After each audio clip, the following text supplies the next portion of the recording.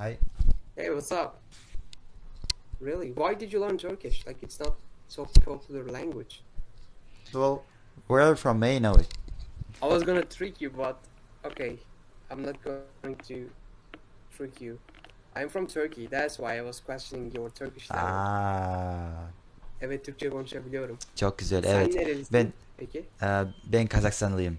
Oo, kalay. Konuşabilir misin? Birazcık anlıyorum. Çünkü Kazakça ve Türkçe biraz benzer. İngilizce öğreniyorsunuz.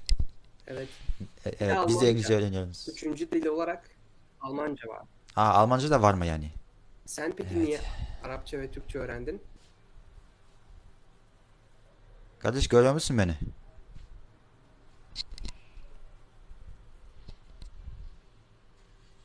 Aa, Wait a minute. okay. Hello. Hey, what's up?